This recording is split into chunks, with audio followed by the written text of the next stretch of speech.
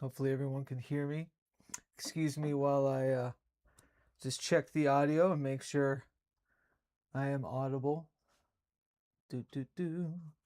Hope everyone's doing good. Caught me in my homesteading outfit. Yes, okay, great. I hear myself. That's good enough for me. Yes, you caught me in my homesteading outfit. I am currently weed whacking the front yard and the backyard because I do not have a lawnmower. So it takes me like hours and hours just because I'll run out the battery and have to recharge and do it again. So it's a fun little operation, but today's a very Taurus oriented, sort of tending to the garden type of day. And speaking of Taurus oriented, I wanted to go live for this week's Liminal stream in keeping with this new normal, trying to, go live and be consistent every week because of my new schedule that has me, largely living out of my car sometimes for work and whatnot. It's just so hectic. So the least I can do is, try to keep some sort of signal anchor, and that is through these liminal streams, of which I recently just posted. I can bring it up here on wethehollow.org.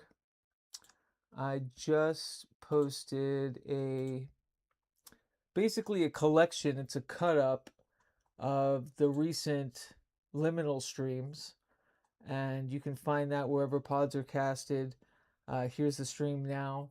And I do some writing about why liminal streams, or why this art magic deviation of the live stream is so important for me moving forward. Give a 20-minute kind of introduction and monologue.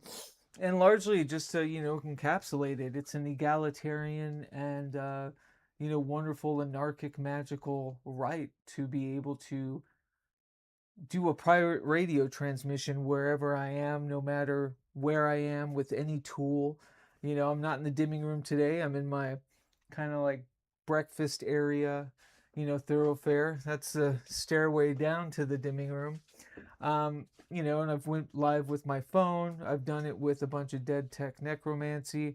None of those bells and whistles today, but I feel that in this age of slop and AI droogs and these, untalented, horrible machine elves that are running our country into the ground, not to mention all of the platforms of which we are used to.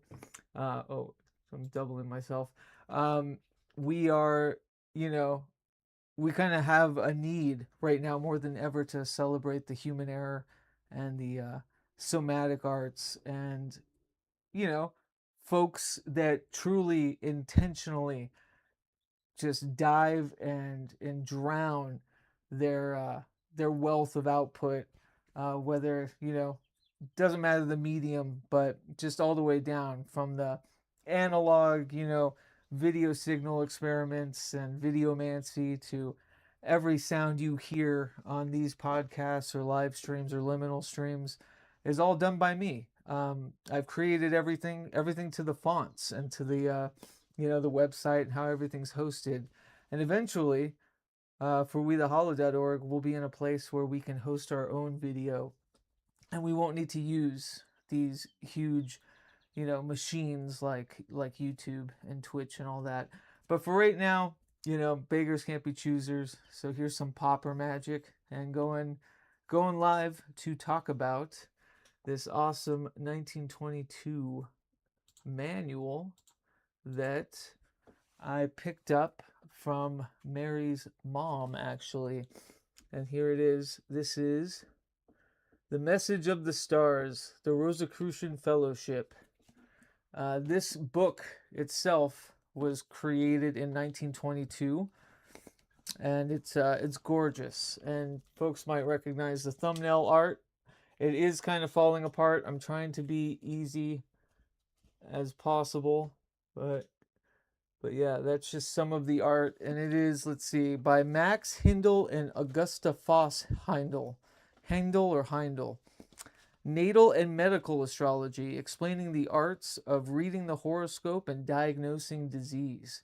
See, I never got that far into the medical gratitudes of this thing.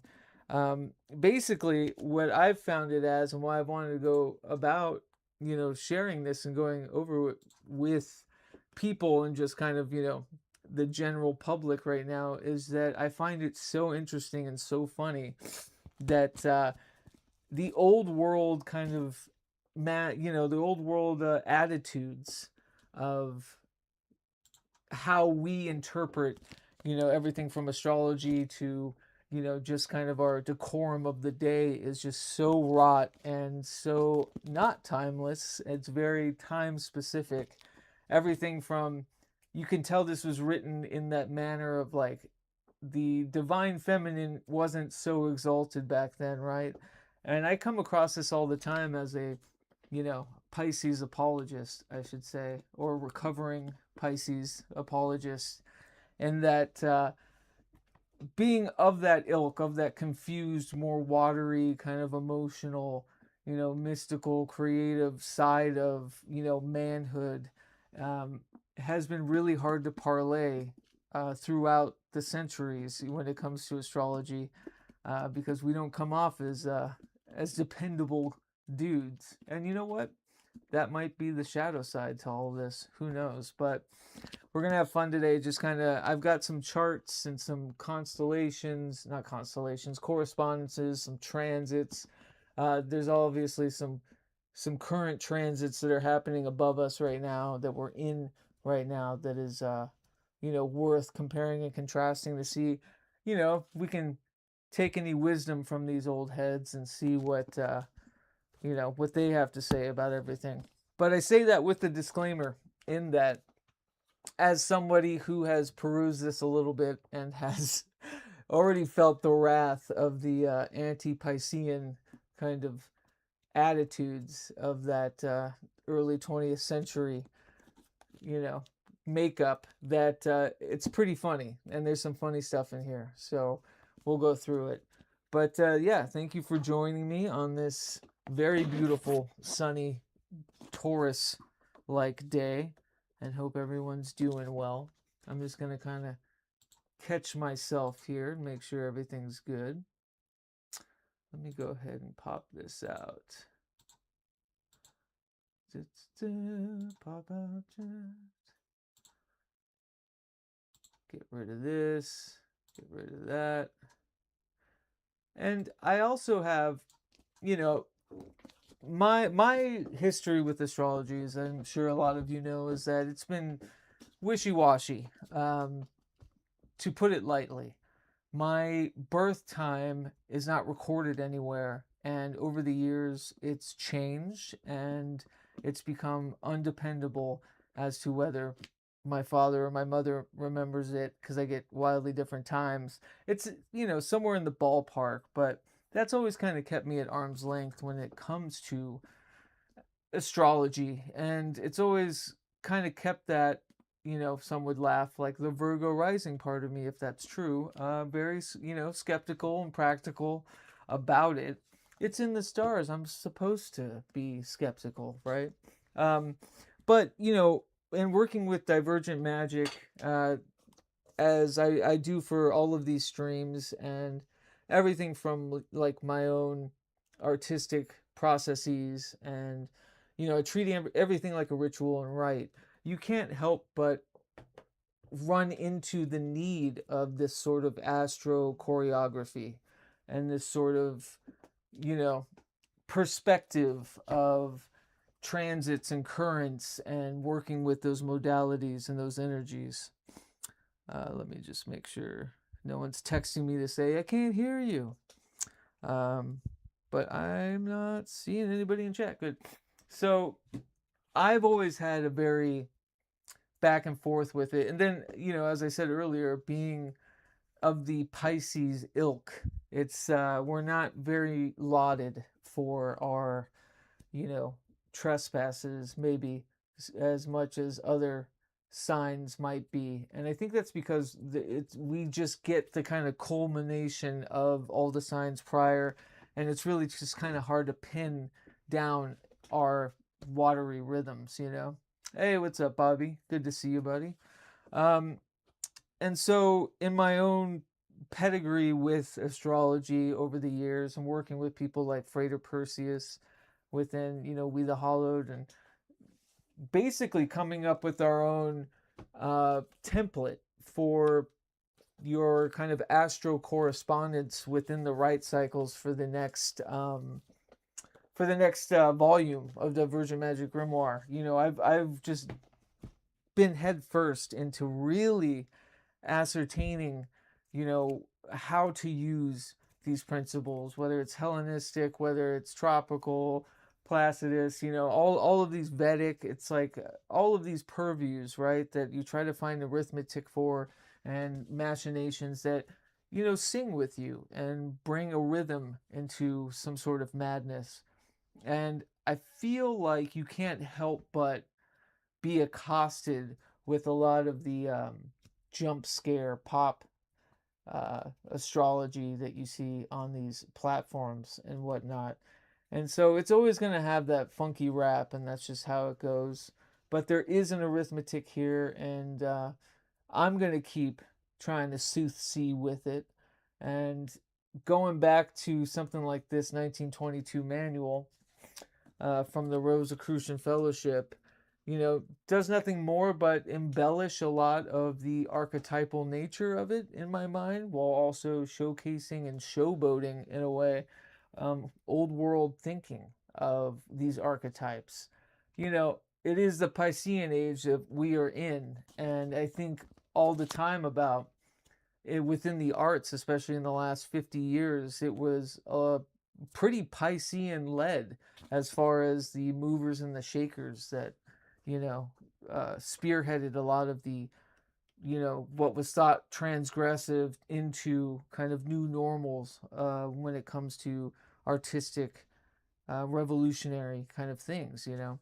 And so I feel, in a way, a lot of those dog eat dog sort of, you know, masculine energy fighting or trumping Piscean artists basically kind of imbibe those things and transubstantiated, you know, from bread to skin, basically. Their ways of dealing with their own divine femininity into a kind of masculine archetype that these old world heads like the Rosicrucian Fellowship, you know, couldn't make heads or tails of in their, you know, pearl clutching yesteryears. So, hey, Alexa, good to see you. So, yeah, let me go ahead and read some of the intro to this wonderful 1922 manual, and then we're going to look up. I have a chart that's a would-be chart, because I have many for me that have the changes necessary for, you know, what my rising sign could be if I was born here. Unfortunately, when it comes to that sort of choreography within astrology, being precise as with birth time is paramount. So that's always been a frustrating heartache for me. But with working with people like I was saying, Frater Perseus or Jilly Beans, and really kind of carving out and, you know, exalting sort of what that birth time could be for me has been monumental as far as looking at a dimensional algorithm for myself and understanding some aspects, good and bad, right?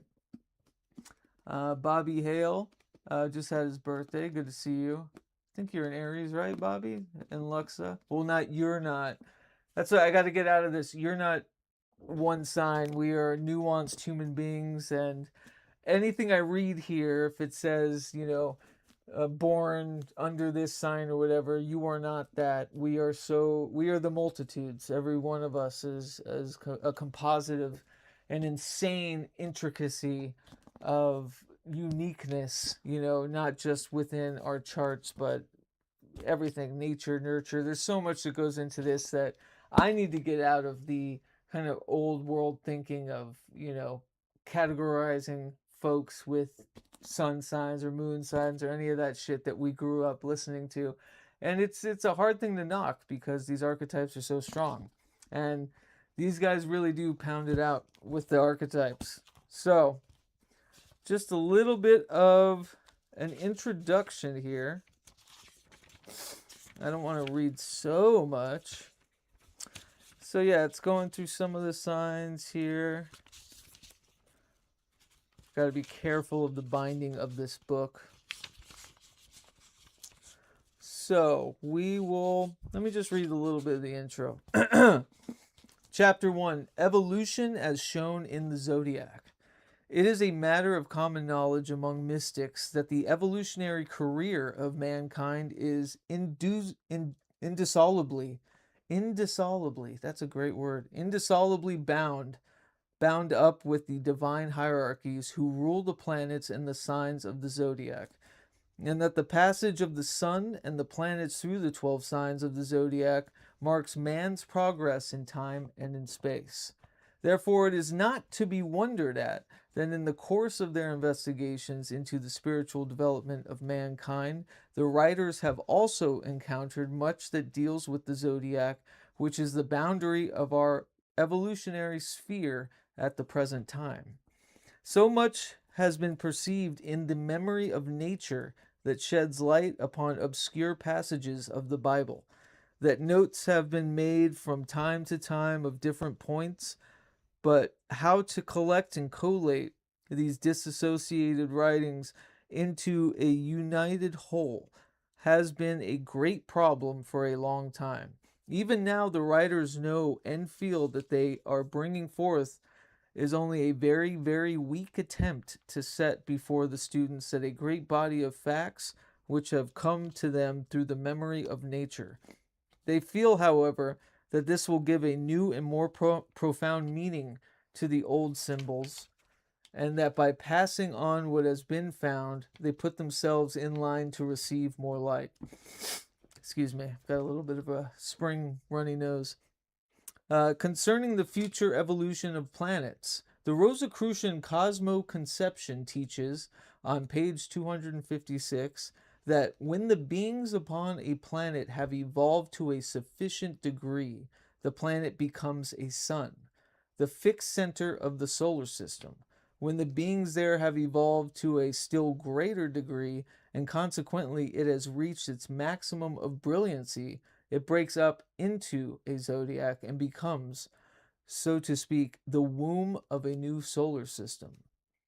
Thus, the great hosts of divine beings who, until then, were confined upon that sun gain freedom of action upon a greater number of stars, whence they can affect, in different ways, the system which grows up within their sphere of influence. The planets or man-bearing worlds within the zodiac are constantly being worked upon by these forces, but in various ways according to the stage have reached an evolution.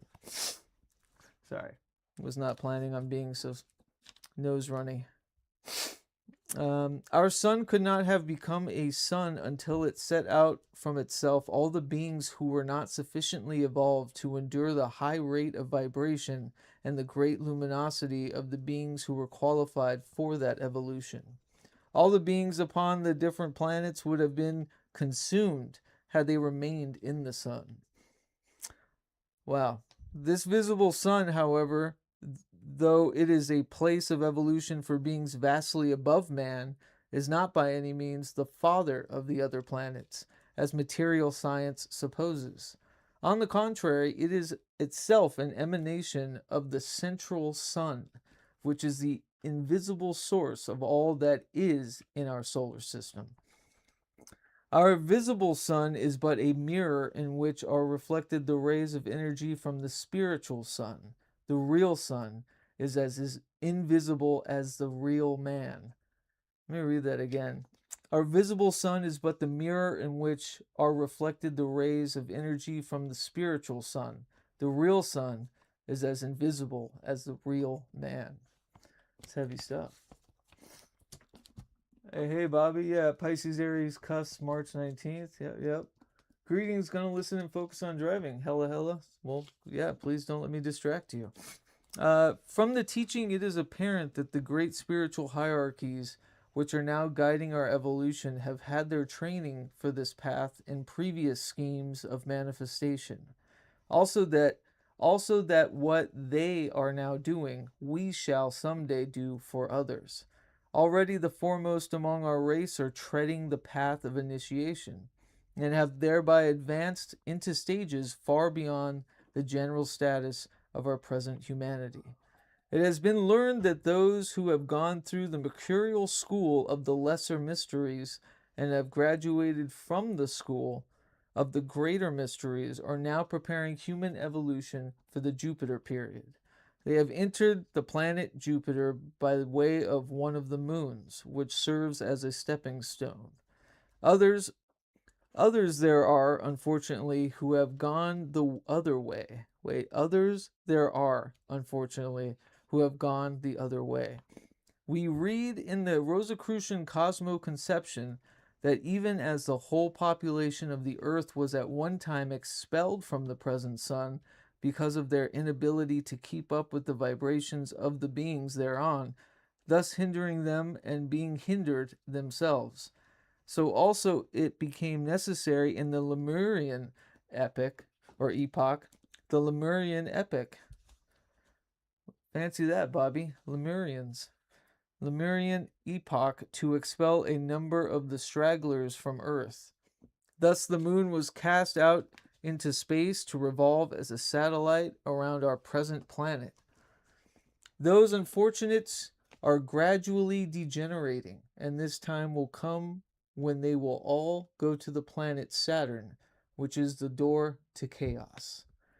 Thence they will be expelled into interplanetary space to await the time when, in a new system, there will be a favorable condition for their further evolution. So if you weren't ready to transdimensionally, trip through the bardos with the Rosicrucian Order, I apologize. Sorry. Let's see, this next section's called The Gate of Life and Death. Thus the zodiac and the planets are as a book in which we may read the history of humanity during the past ages, and they also give a key to the future which is in store for us. In the famous zodiac in the Temple of Dendera, Cancer is not pictured as we have it in modern days. There it is a beetle, a scarab. This was the emblem of the soul, and Cancer has always been known in ancient times as well as among modern mystics to be the sphere of the soul, the gate of life in the zodiac, whence the spirits coming to rebirth enter our sublunary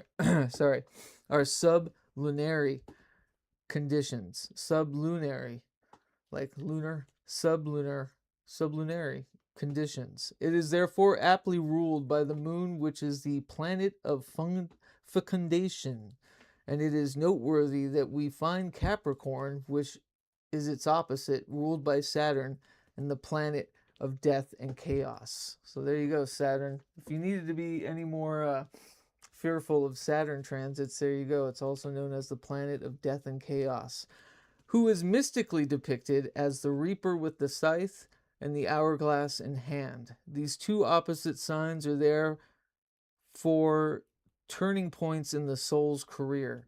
Cancer and Capricorn, respectively, mark the highest ascent of the sun into the northern hemisphere and its lowest descent into the south. We observe that during the summer, when the sun is in the sphere of Cancer and the allied signs, growth is the order of the day. But when the sun is in the south in Capricorn, we have winter, when nature is dead. The fruits of the summer are then consumed and assimilated by us. As a circle dance of the sun among the 12 signs determines the seasons of the year when direct, causing the germination of myriads of seeds cast in the earth, also the mating of the fauna, which then makes the world alive with the sights and sounds of manifested life, and at another time leaves the world dumb, dull, and drear in winter's gloom, under the way of Saturn. So by the slower backward movement, known as the precession of the equinox, does it produce the great changes which we know as evolution. In fact, this processional measure of the sun marks the birth and the death of races, nations, and their religions, for the pictorial zodiac is a symbolical presentation of our past, present, and future development. So hot damn, just gonna lay it on the line quickly, huh?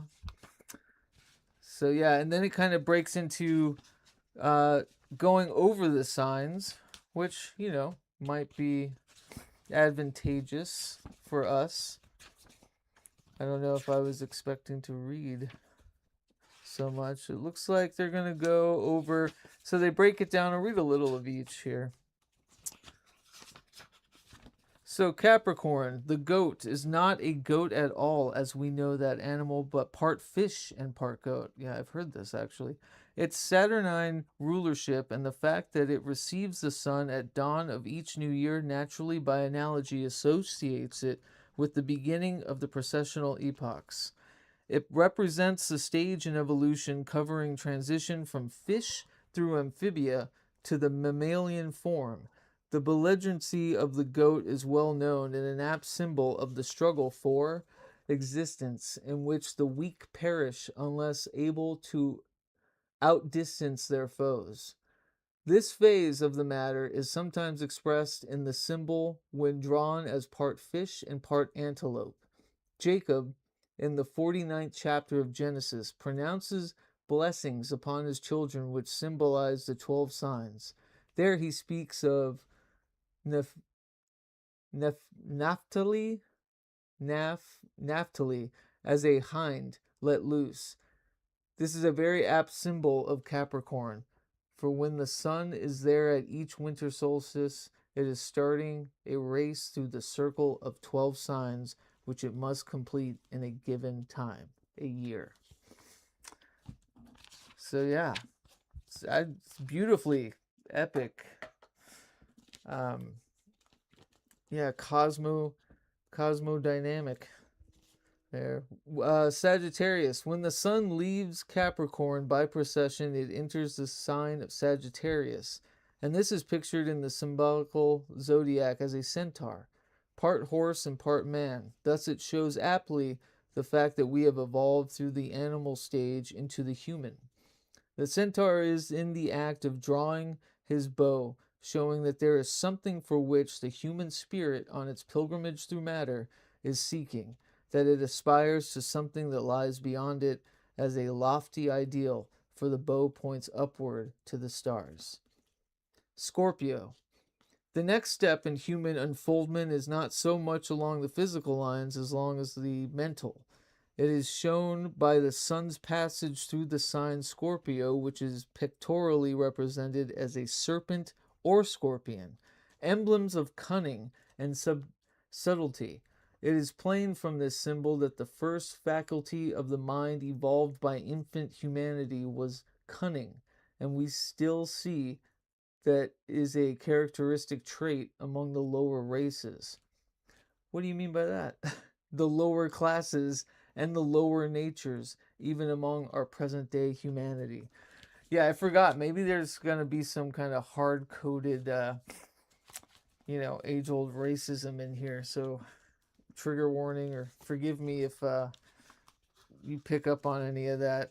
But lower races and lower classes. So some classism here. Libra. When the sun enters the sign Libra, the scales, by precession, the balance of reason gives him a new start upon the evolutionary path. Under the care of divine instructors, man had at that time advanced to the point where, because of this new faculty, reason, he could not be made fully responsible to nature's laws, and thus reap what he had sown, that he might learn the lesson of life by actual experience, be able to reason out of the connection between cause and effect, and in time learn to govern himself so as to progress further upon the path. And I'll end with the Virgo in this section, well, at least the first paragraph. This one's long. Virgo, thus under the guidance of the spiritual hierarchies, focus through the signs of Capricorn, Sagittarius, Scorpio, and Libra, were his physical, moral, and mental attributes acquired, and he was equipped to commence the spiritual side of his evolution. The germ of this progress is hidden in the celestial virgin, the sign of Virgo, which is the vehicle of immaculate conception, the heavenly mother of Christ, not of one Christ only, but many. This is the one of the most sublime signs of the zodiac, and one of the most mystical, so fraught with hidden meaning that its full import cannot be fully understood save when viewed by the internal light of spiritual illumination. Yearly, at the winter solstice, the Immaculate Madonna is ascendant at midnight, when the newborn sun commences to rise to the task of growing the grain and grape to save humanity from the cold and famine which would inevitably result were he to remain in the southern declination. The sun is therefore an apt symbol of the Savior, born to feed his flock on the spiritual bread of life. But as we must have eyes attuned to light to see the sun, so must the Christ be born within before we can perceive spiritual light. It's very Gnostic. Like the many Christs. Yikes. Yeah, this is pretty far out there, says Alexa. Yep. This is the Rosicrucian Order's Astrological Manual from 1922. I'm pretty sure this was meant to be internal as well. So, forgive me if there's any new Rosicrucian members or modern Rosicrucian members, and I'm totally sharing your secret weird cosmology. No, there was some pretty stuff in there if it wasn't for some of that incendiary language. Very interesting. But let's go ahead and take a detour. And so what I have here is I have a collection here, and I can basically one of my astrological natal charts, basically just a list, and I say one of them again because this one I think is the most attuned currently. And speaking of Virgo rising is what I am supposed to be, right? This is all supposed. But here we can see the correlations between the planets and what houses they land in my natal chart. You can see the degrees, the number of houses in the Placidus markup or makeup, and the signs they're in. One thing I've heard and I've always kept, pretty internal was that the cosmology of astrology is in all of us. It's, there is no such thing as us missing a house or missing an empty house or an empty sign. It's, 2 degrees of whether things are a bit stronger than others, right, is kind of where the makeup is. But the whole cosmology and cartography of the stars are kind of imprinted in us. Hey, CW, good to see you. And so the book here does break down. It talks about the houses, and what it does is it makes it easy to look things up, say moon in 7th house, blah, blah, blah. And so foundationally, I welcome those of you in chat to share a transit, share a placement within your natal chart, and I can look it up in the book.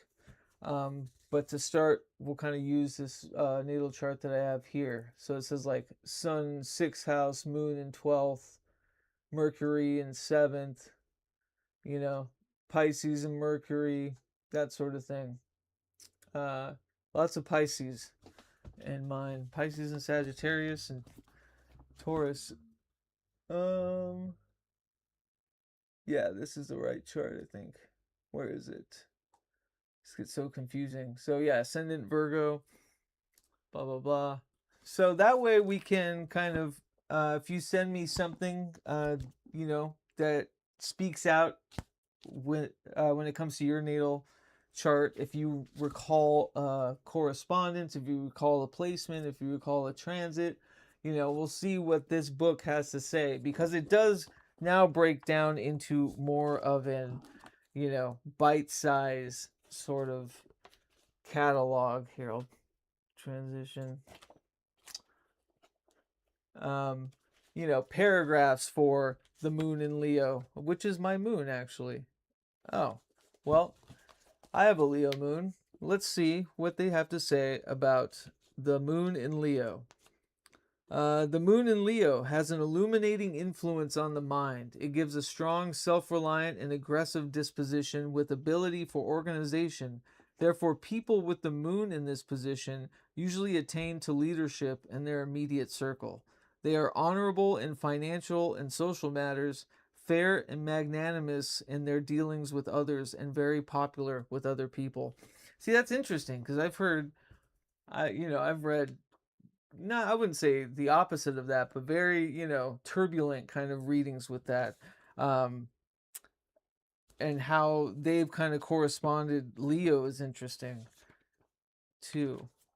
Don't worry, I'll clip it to blackmail you later, CW says. I wouldn't ask anything more. So let's see, but I have the moon in Leo, right? But my moon is in the 12th house, I believe, on this chart. So if we go down here, and go back here. So yeah, moon in 12th house. So if I look in the moon section, the moon in the 12th house. The moon in the 12th house, if well aspected, which according to them it is, right? Because they like that. They like that moon in Leo, right? Am I right? The moon in the 12th house, if well aspected, gives success in such work as performed in seclusion away from the public gaze, in prisons, hospitals, and charitable institutions. There is also a liability to become involved in clandestine love affairs. But if the moon is well aspected, which remember it is, I don't need any prison love affairs here, the person will be able to keep this a secret. Okay, well, there you go. So maybe there are prison love affairs, but you wouldn't know because I have a well aspected moon, the 12th house Leo. So I know how to keep a secret. If the moon is afflicted, there is danger of secret enemies, trouble, and persecution. Well, phew, we don't need that. We'll just take the prison love affairs, I guess. So yeah, that's a little bite size of like how caustic and ridiculous a lot of these write-ups can be. Just wait till we get to the Piscean stuff. They really don't like Pisces. I'll just put it that way. All right, so I'm getting ahead of myself. We can at least look up the good old sun signs, which they call children of, right? Children of Aries, children of Taurus, yada yada. So, just to break that mold, we'll read a little bit of the children of Aries because I believe we have Bobby, right? Yeah, you're on the Aries cusp. We'll call you a child of Aries. All right, Aries, in the home of Mars, the planet of dynamic energy, and is also the exaltation sign of the life-giving sun. Hence, it is a very fountain of life and vitality as manifests in the sprouting of the millions of seeds which break through the earth's crust at springtime and change the white winter garment to a flower-embroidered carpet of green, making the forests a bridal bower for the mating beasts and birds. Wow, that was a roller coaster. Making the forest a bridal bower for the mating beasts and birds. This great vital force also finds its expression in the child of Aries. They bubble over with life and energy to such an extent that it is often very difficult to curb them sufficiently or to hold within the bounds of safety and common sense. They are self-assertive and aggressive to a degree, always in the lead, for they scorn to follow, turbulent and radical in all their thoughts, ideas, and actions. They are venturesome to the verge of foolhardiness. We also find that they are greedy. For the fruits of their labor, they never can get enough, and no matter how much they earn, they are generally poor, for they spend as freely and as thoughtlessly as they earn. Yeah, okay. Sidebar. Again, this book takes a crazy turn. These guys did not give a fuck about a lot of signs and placements, and they get pretty caustic. So remember, it's funny. All of this is funny. Don't take any of this personally. These are some old head weirdos in the Rosicrucian Order. They make splendid foremen and overseers. For being so full of vital energy and ambition themselves, they have a faculty of infusing their energy into their subordinates or forcing them to work when necessary. God dang, we got like Henry Ford Rosicrucian Fellowship Manual here. But being too impulsive and reckless, they lack the ability to originate for themselves.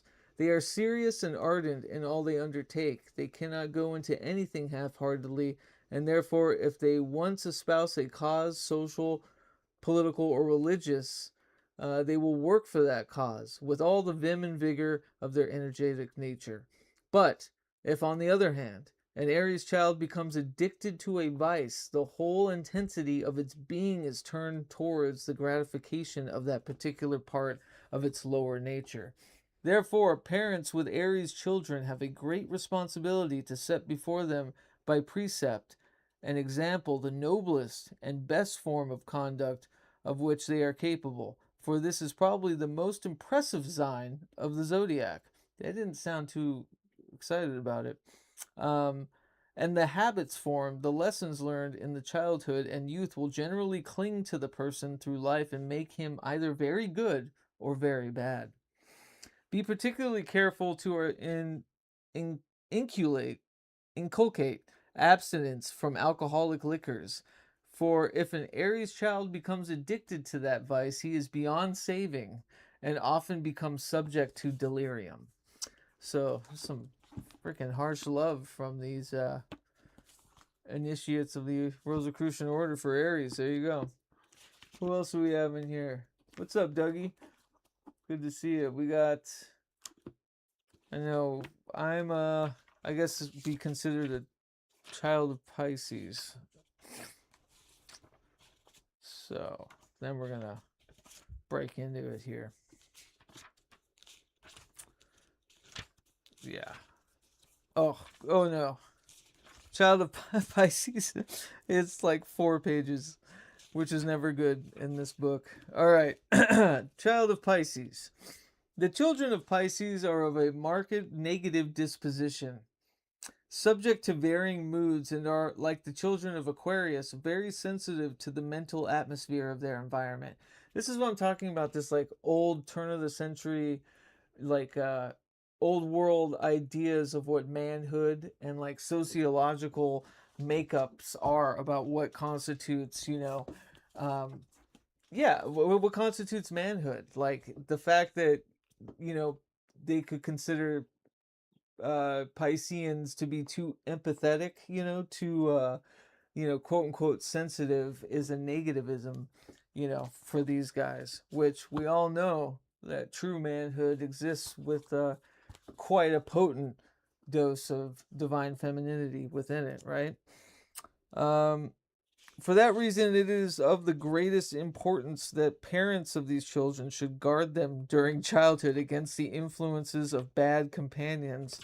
For the old proverb about bad company correcting good manners applies with tenfold strength to these children, and they will absorb good and evil with equal facility. So until they have learned to choose for themselves the good things, it is especially necessary for their natural guardians to shield them. They also have a strong tendency to mediumship, and if they are taken into seances, there is a great danger that they may become controlled. Moreover, having such an extremely flexible nature, they can never exert sufficient willpower to free themselves from the influence when once they have been subjected to it, and it may ruin their whole life. I'm telling you, they do not like us Pisces. These children are very peaceable in disposition and suffer injury rather than fight for their rights, not because they do not care, for they are very jealous, especially when born in the latter part of the sign, but because the Piscean nature is averse to exertion, and generally they do not want to take the trouble to fight for their rights. Yeah, This motherfucker didn't know me as a kid. I was getting bruised fists all the fucking time. Therefore, their parents should see that a certain amount of work is allotted to them during the earliest years, for it is then that the habits are formed and the nature is the most plastic. They can learn to be diligent with much less effort at the time than during the later stages of life. But once the children of Pisces have commenced doing a piece of work, it will probably be a surprise to others to watch them and see the methodical way they go at it, making every move count until the task has been completed with seemingly very little effort on their part. Honesty is another of the virtues of the Piscean children. They are usually dependable and close-mouthed, so that they may be trusted with secrets in full confidence that they will not betray the trust. Ridiculous. The children of Pisces are generally kind and sympathetic, cordial, and suave in manner, qualities which will, of course, bring them many friends. They are notoriously fond of good things to eat. They are notoriously fond of good things to eat. What does that even mean? Let's see. Oh, here we go. They are notoriously fond of good things to eat. They revel in rich foods and are also prone to be fond of drink. Well, yeah. Tell me, chat, do you guys like good food? If these tendencies are allowed to work themselves out, they will, of course, ruin the life and besides bring on a train of disease. Therefore, the parents of these children should endeavor by precept and example to teach them the simple life, frugality, and control of the appetite during the years when habits are formed. Besides, guarding them against too strenuous exercise, which even the children of Pisces will not shun in childhood, when the abundance of the life force impels them. Then later in life, these lessons will not be without their fruit. The chances are that the child which, by the help of the parent, has learned in childhood to rule its stars will be both healthy and hardy, respected and loved because of good habits, and will fully enjoy life. Well, that explains it. I was a latchkey kid raising my sister. Parents, the multiples of sets of parents weren't around. So it's their fault that I am bringing on this train of disease. In short, these children need a very careful bringing up. Yeah. Their necessity is the parents' opportunity to make great and wonderful soul growth. So there you go. Oddly specific, Bobby says. Yep, just can't get enough of. Hey, did somebody mention prison love affairs? It is indeed dawning in the age of Aquarius. Yeah, I guess that's a moon in the 12th house aspect, according to these lovely Rosicrucian fellers. Just keep reading until you get flagged. That's what got me where I am in life. I'm planning. Okay, so my sun is in the 6th house, it looks like, to this. Though I have seen it in other charts in the 7th, but we'll read both. If anyone's got charts or transits you want to share, looks like we're starting with the sun and then going through everything to Mercury conjunctions, Uranus conjunct parallel to Jupiter. It gets pretty in the weeds, but there's some fun ones. And I do want to consider current transits like the Aries stellium, right? Or the Uranus move to Gemini. So don't let me forget those ones. All right, we'll see. Sun in the 6th house. Seeing that the sun is the giver, this is not starting well, I can already tell. Seeing that the sun is the giver of life, it is evident that when it is confined in the 6th house, it is debilitated and the vital flow is obstructed. Therefore, people who have the sun in that position are particularly liable to disease and slow to recuperate. On that account, their diseases are frequent and long drawn out to an extent which often amounts to chronic invalidism. That's hilarious. If the person is an employee of someone else, he will be efficient in his work. He will have no difficulty in obtaining well-paid positions, but he will be very touchy towards his employers and make frequent changes under the pretext that his abilities are not sufficiently appreciated. If he is an employer, this position of the sun is good for success in business, but indicates trouble with servants. Oh my God. Trouble with servants who will be domineering. If the configurations in the horoscope enable the person to shake off the grip of sickness, the sun in the 6th house gives great ability in chemistry, preparation of health food, and makes a person a capable nurse or healer. I'll read the sun in the 7th house too, because that's where usually it was falling. But yeah, sun in the 7th house. Partnerships are often unsuccessful because of the selfishness of the participants. Real quick, I just want to back up on the sun in the 6th house. Invalidism, which often amounts to chronic invalidism. So we're looking at a sickly person who's a good employee or servant, which is dark and hilarious. And thankfully, I am neither one of those. I'm currently a freelancer, and I feel great. Thank you very much. CW Channer says, everyone knows that the Rosicrucians were the tough... what did you say? Tough? I guess scoot over. No! Give me 1 second. We're the tough guys of the occult world. Yes, everyone knows that the Rosicrucians were the tough guys of the occult world. How are we going to get the smell out of there, Keats? I don't know.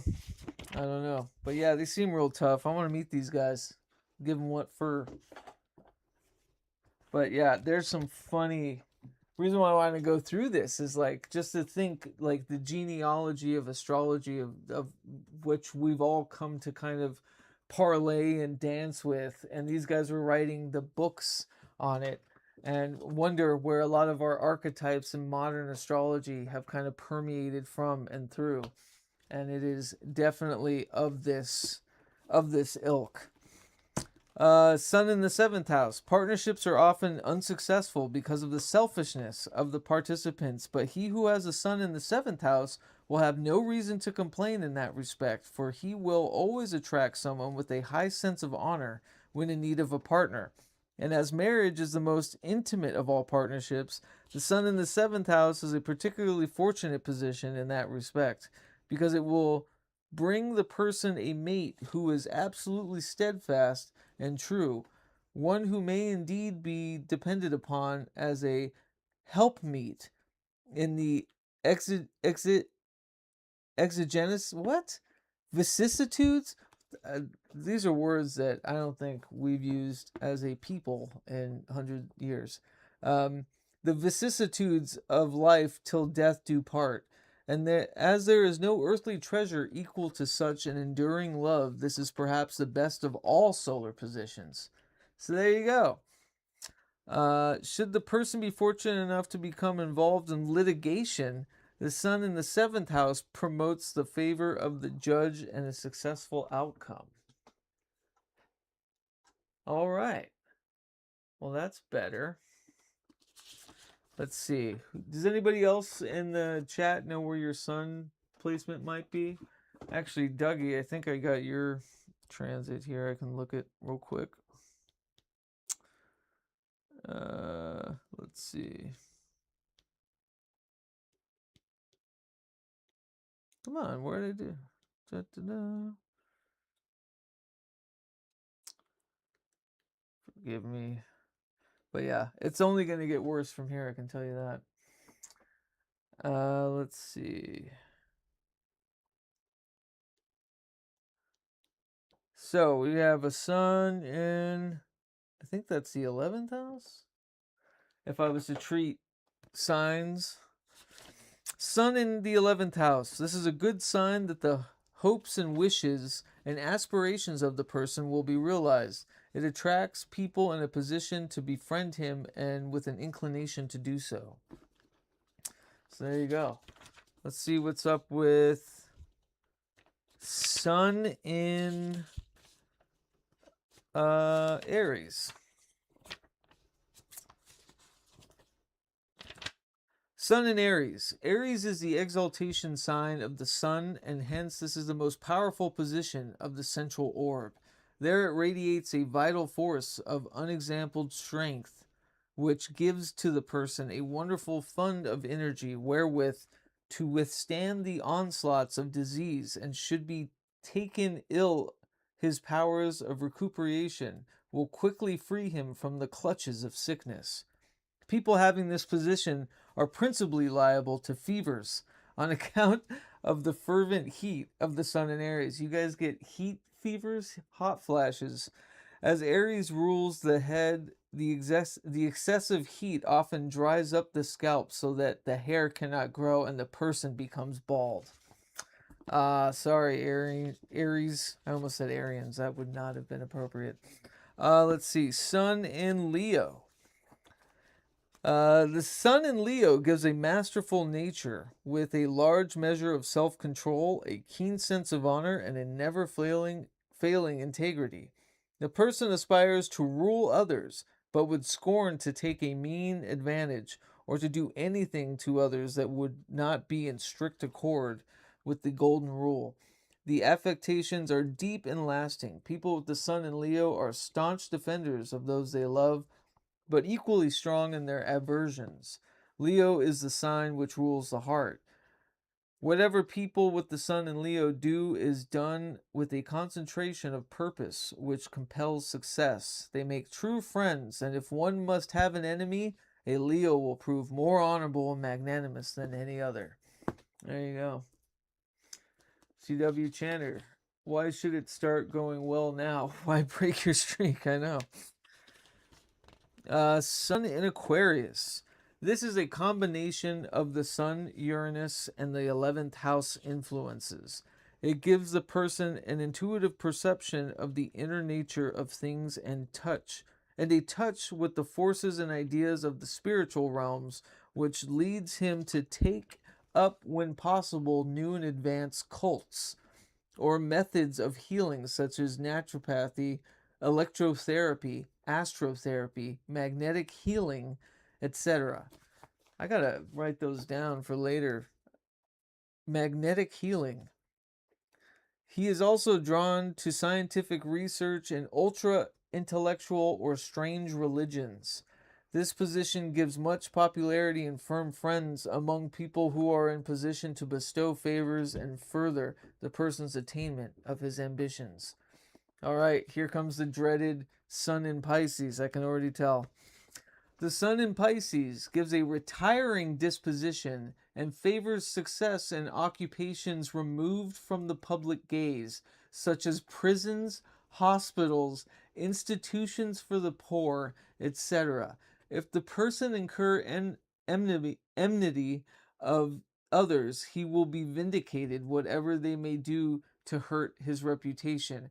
People with the Sun in Pisces have a strong tendency towards psychism, mediumship, and the occult in general.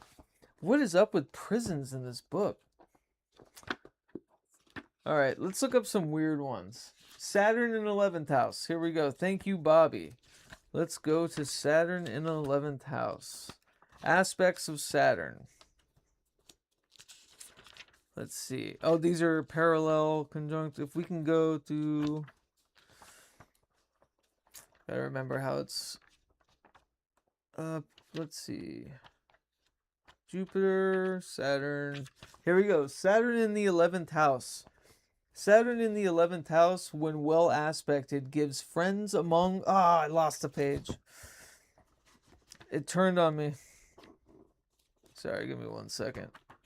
Also, they call Saturn the planet of sorrow, by the way. Saturn in the 11th house. When well aspected, gives friends among the aged and wealthy who will be of benefit to the person in helping him to realize his hopes, wishes, and ambitions.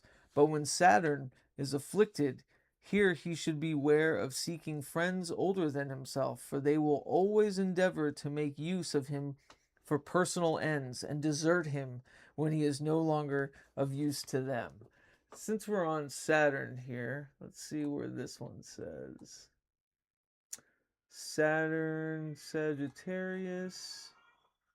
Saturn in the 4th house. That doesn't sound good. Because that's family, if I remember correctly. It's like about home and family, the 4th house. Saturn in the 4th house, well aspected, shows gain from inheritance, also successes from investments and administration of houses and lands, agriculture or mining property under careful and economical management. The success grows better as life advances. When Saturn is afflicted in the 4th house, it signifies the early death of one of the parents, inharmony, or trouble in the home. What do you mean, like, it could be either an early death of the parent or just some inharmony in the home, you know? It's a wide spectrum there. Loss of property and consequent property, and consequent poverty. This position, whether well or ill aspected, makes the person a recluse in the latter years of life. So no matter what, I'm fucked to be a hermit. That checks out. Let's see. Where was that? Saturn Sagittarius. Let's see what that has to say since we're on Saturn, the planet of sorrow. According to this book here, Saturn Sagittarius. Saturn in Sagittarius, when well aspected, gives a charitable and philanthropic disposition with a desire to elevate humanity by self-help under just laws and true religious impulse. It couples all the Saturnine virtues with the benevolent Jupiterian spirit of aspiration, so that such people always aim to work for the public good according to their ability and station in life. Therefore, they are trusted, honored, respected, and in much demand for positions where these qualities are of value in social, industrial, or religious circles. When Saturn is afflicted in Sagittarius, he makes the person insincere, cynical, and sarcastic, ambitious to fill positions of trust and honor but for selfish purposes, liable to become involved in law and lose thereby. This position also affects the lungs, and the person should be very careful not to catch a cold. Hey now, what are you doing with Dougie's transit? Oh, is there a delay? Let's see, what else can we do with Saturn? There were some other fun ones. Let's see. Oh yeah, so if we look here on this, not exact my chart, just kind of a close enough chart, it will list the conjunctions. Yeah, so if we look up Saturn here, we have Saturn square ascendant. So it's got aspects of Saturn in this book. So now we can look up Saturn. The Sun square or opposition to Saturn. Sun sextiles. Let's see. Saturn opposition and square midheaven and ascendant. Forgot if this book does midheavens and ascendants, which are 10th house and 1st house. Okay. The moon, Jupiter, Mars, Uranus. Maybe it doesn't. Maybe, yeah, I've hit that wall. So the Sun, Saturn, anything with anything else? Let's see. Saturn in Scorpio, says Bobby. Thank you for the assist. Let's go back to Saturn in Scorpio.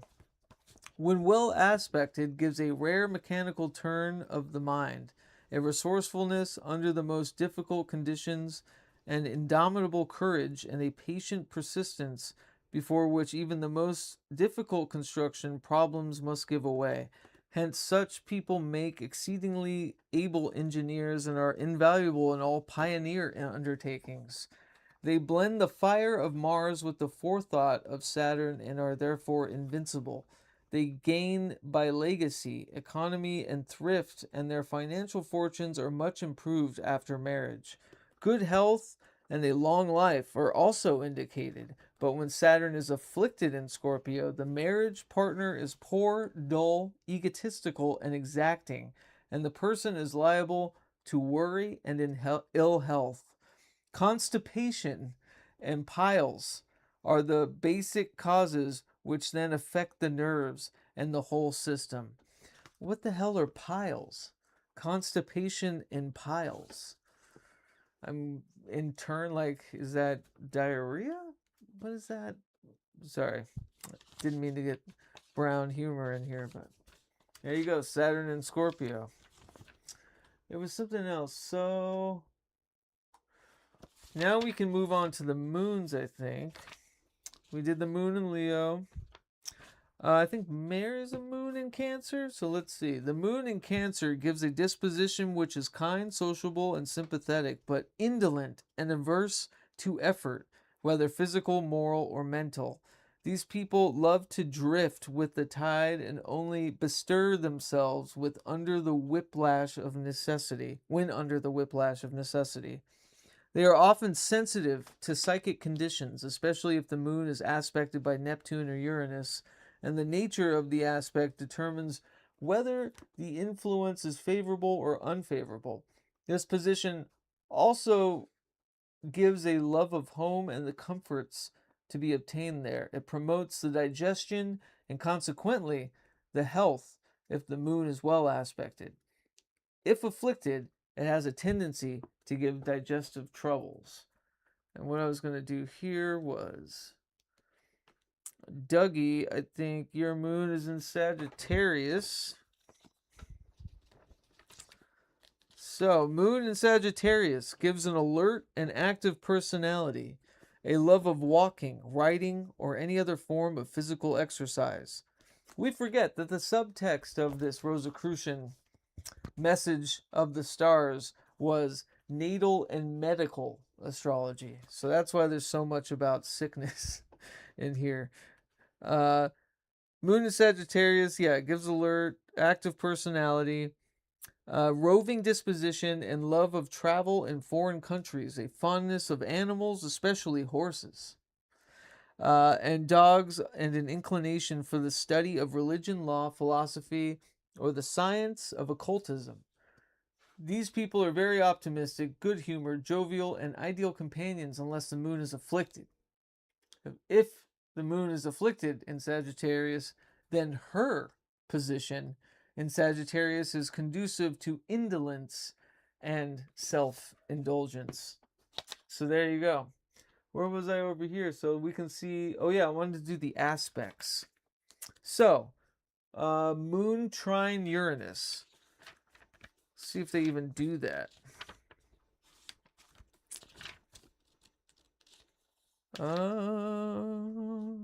Let's see. Okay, Uranus sextile or trine to the moon gives great originality and independence to the mind, which is quick, intuitive, and very vivid in its imagination.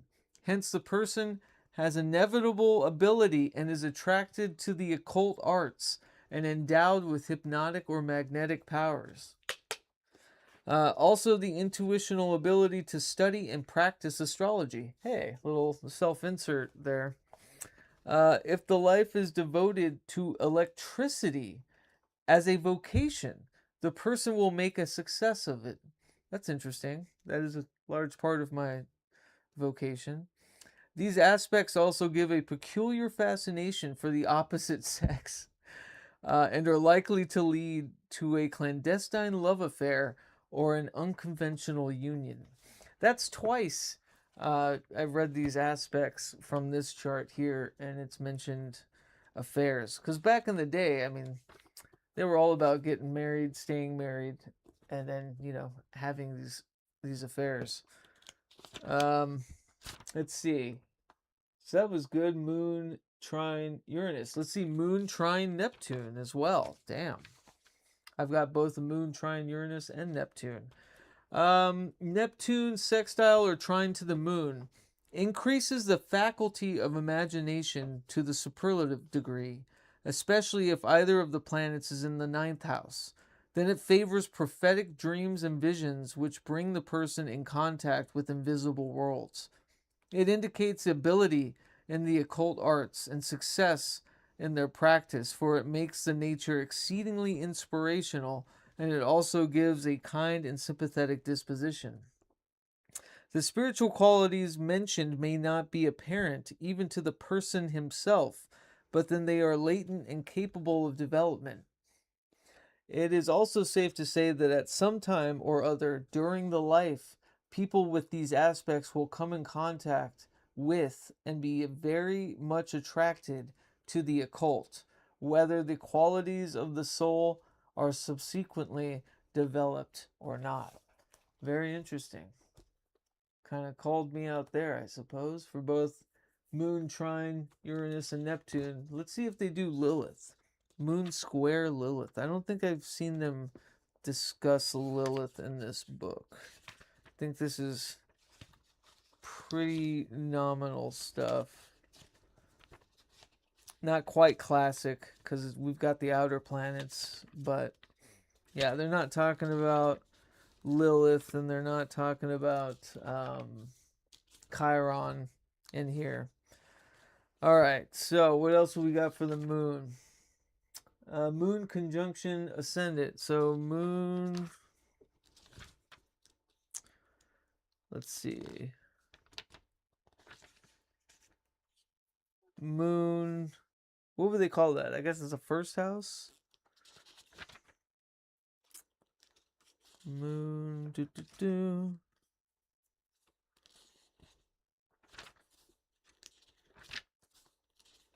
Yeah, I'm not sure. All right, but I love these aspects. What we have now going over us was that Aries stellium, right? And what was that? Let me look that up. So we had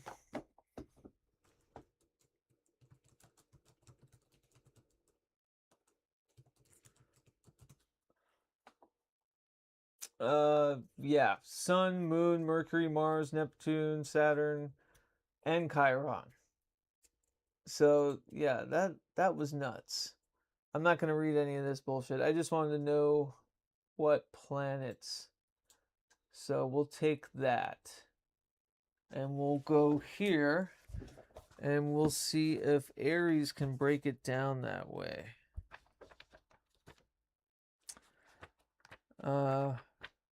I guess we also, because Aries, I guess, would be existing in the first house too. I've read somewhere too, you can break, obviously, you know, Pisces and Neptune would be 12th house, right? Aquarius, Uranus, 11th house, that sort of thing. So in that way, couldn't we say, is it Mars? Yeah, Aries, Mars, first house. So let's go to Mars. Mars in the ascendant or first house, when well aspected, has a most beneficial influence upon the constitution, particularly if he is one of the fiery signs, or in the sign of exaltation in Capricorn. But sometimes when a weak sign like Cancer is rising, I think we just had a Cancer new moon, and the other planets are much afflicted, Mars in the ascendant may infuse sufficient energy into the body to tide it over the critical period of infancy.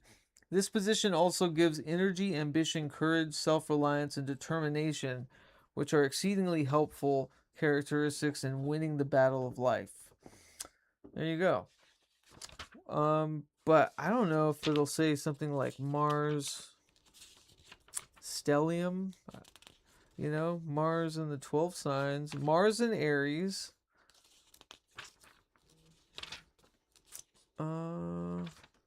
Someone underlined Mars in Virgo. I think my Mars is in Sagittarius, or in that chart. So let's read Mars in Aries. Mars in Aries gives an energetic, enthusiastic nature, impulsive, aggressive, and impatient of restraint. No matter what the obstacles in the path, these people will attempt the seemingly impossible and often succeed through sheer audacity.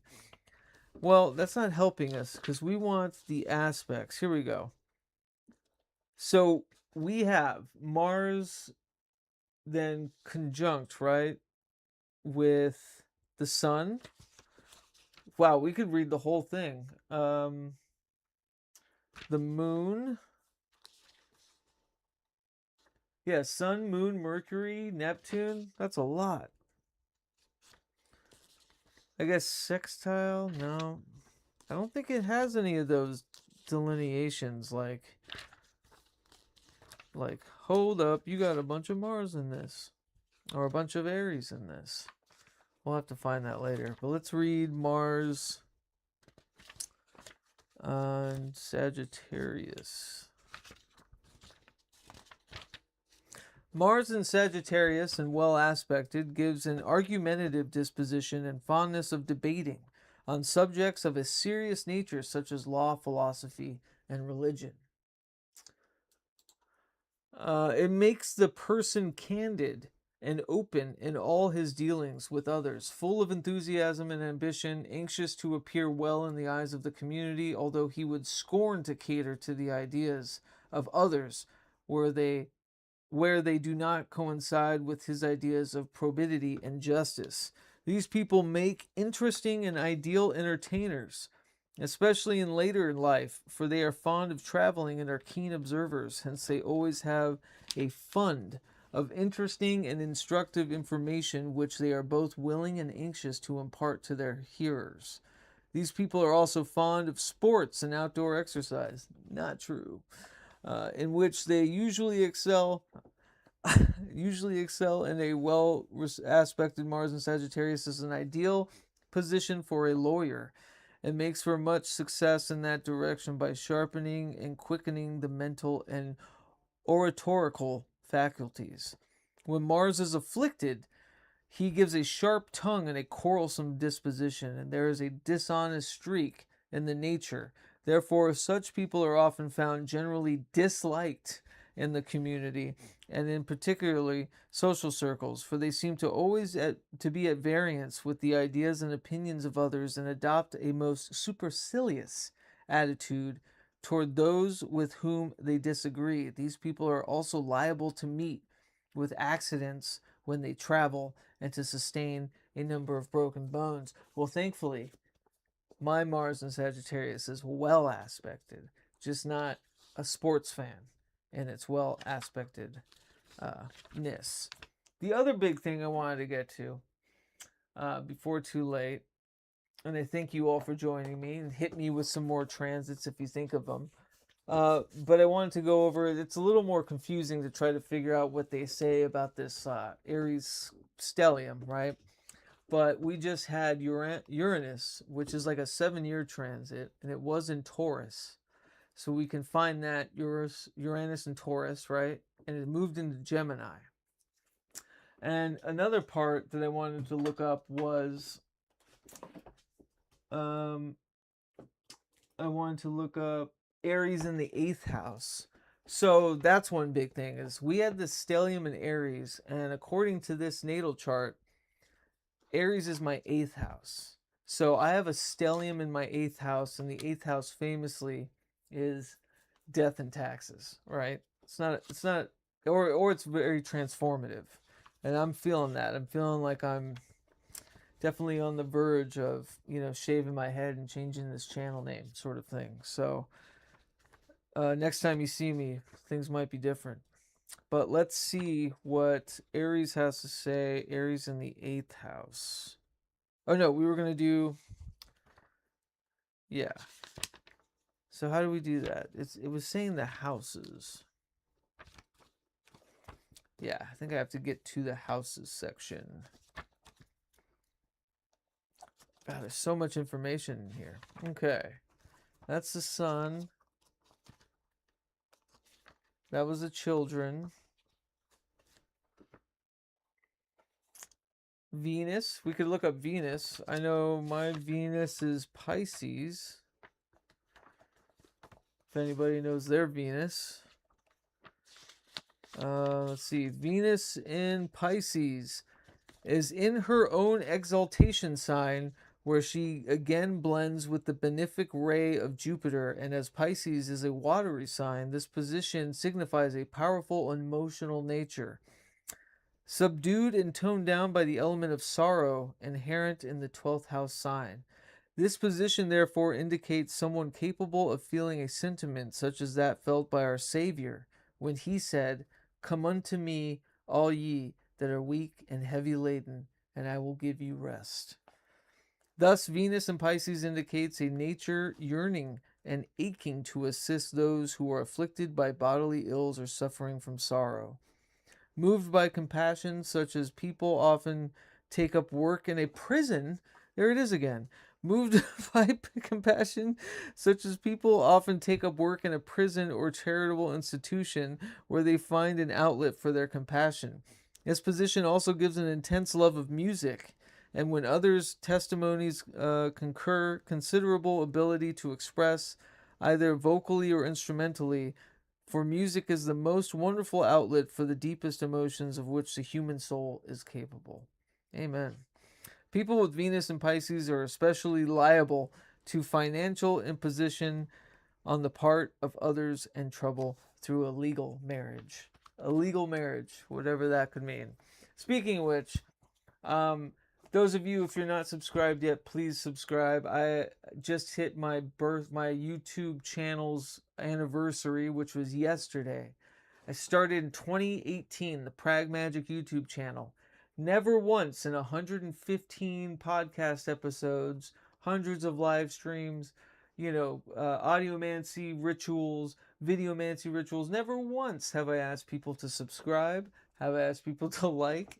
Maybe a couple of times I've asked people to like or review, but it has never been a consistent thing. I let everyone just do their own thing, and I said, whoever subscribes and comes what mays, that's what it is. So, and what is that?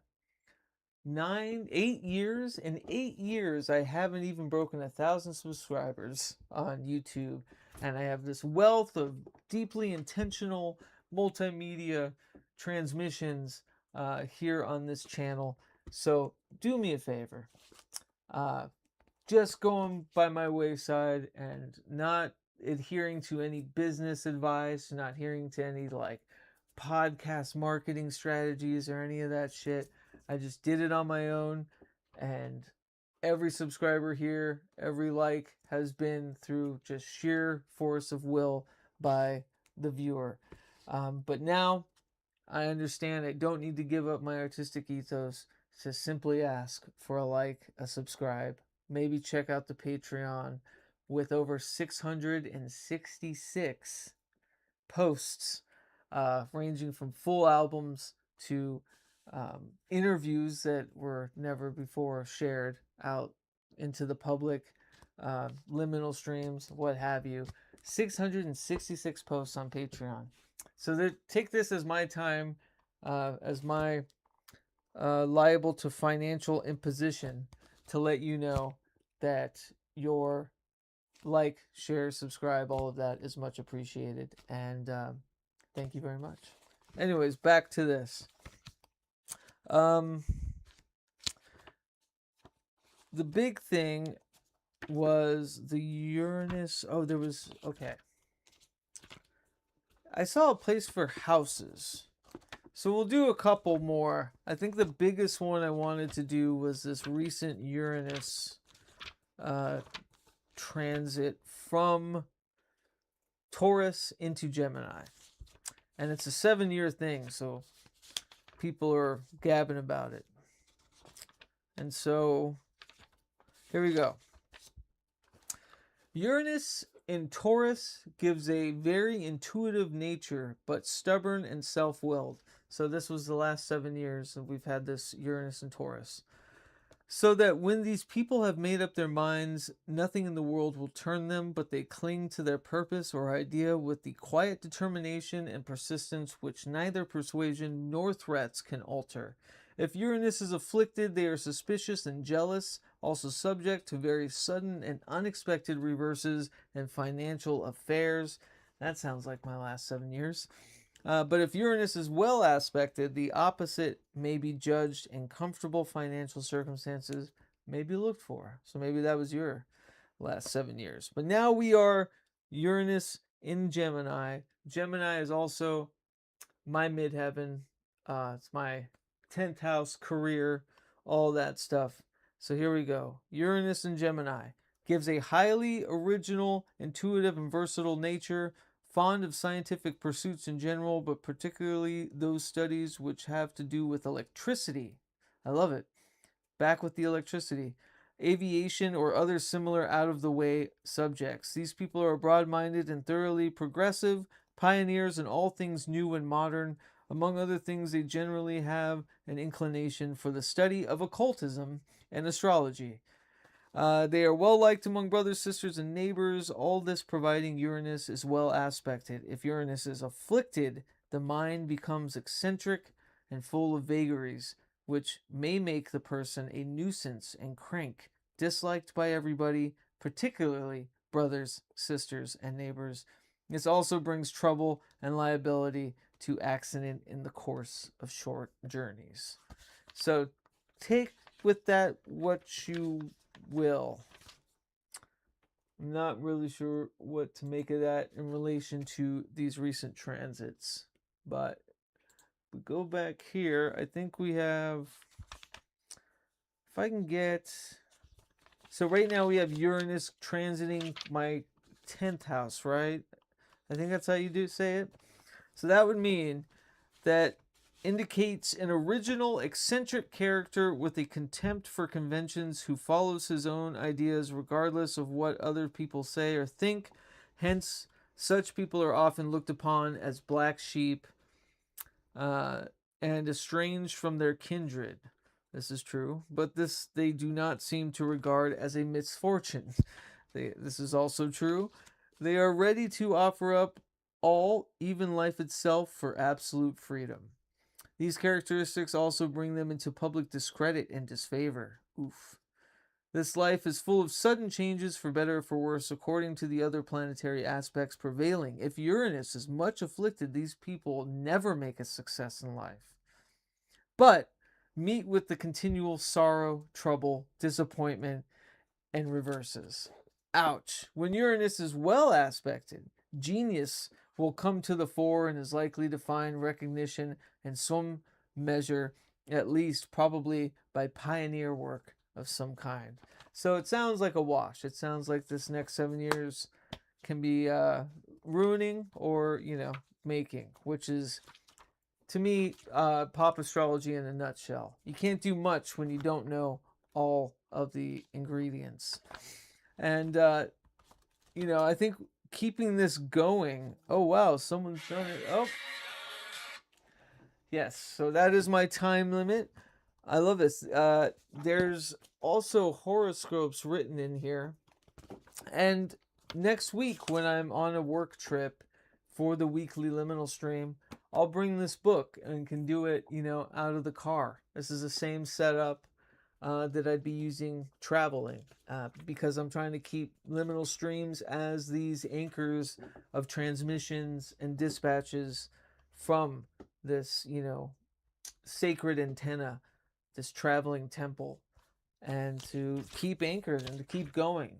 Please check out wethehollow.org. I just posted a new audio cast and cut up of the recent liminal streams. I haven't quite understood the rubric yet, whether or not I'm going to cut up each weekly live stream or release it as a podcast. But for this last one, since I did a few, I decided to create a cut up of it with a 20-minute kind of introduction in the beginning, just discussing why liminal streams to me are the way I move forward as I touch and dispatch, while all this raucous movement is, and me traveling and having to live out of the car a lot of the time because of work, and it's going to be crazy throughout May.